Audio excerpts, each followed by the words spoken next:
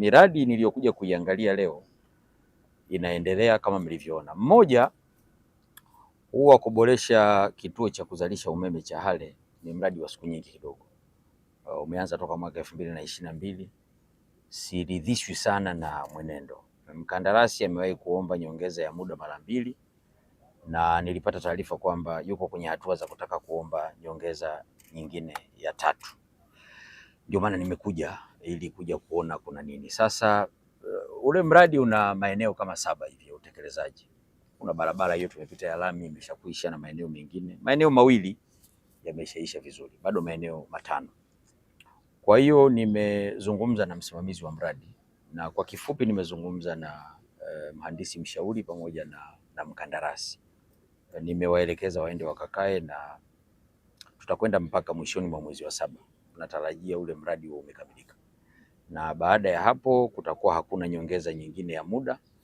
Tutaangalia mkataba unatoa haki gani kwangu mimi kama employer juu ya kushughulika na mkandarasi. Kwa hiyo ni kumsisitiza aongeze watu, aongeze muda wa kufanya kazi.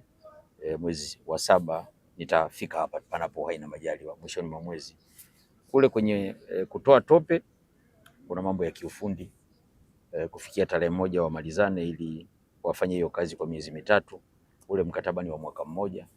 Tunatarajia tusiupitilize tena huo mwaka, miezi 6 imeshapita, ili tumalize kabla ya msimu wa mvua kuja. Maana kazi kama zile mvua inaponyesha mara kwa mara huwezi kuzifanya vizuri. Maagizo aliyotoa mkurugenzi mtendaji tumejipanga vizuri kuyatekeleza na kuhakikisha kwamba mradi unakamilika ndani ya muda uliopangwa. Kwa sasa mradi uko 79% ya utekelezaji wake. Gharama ya mradi wa Hale ni dola milioni 22.1 na mradi wa Pangani Falls ni bilioni 13. Kasako Media, tunaangazia maisha, tunaandika kesho.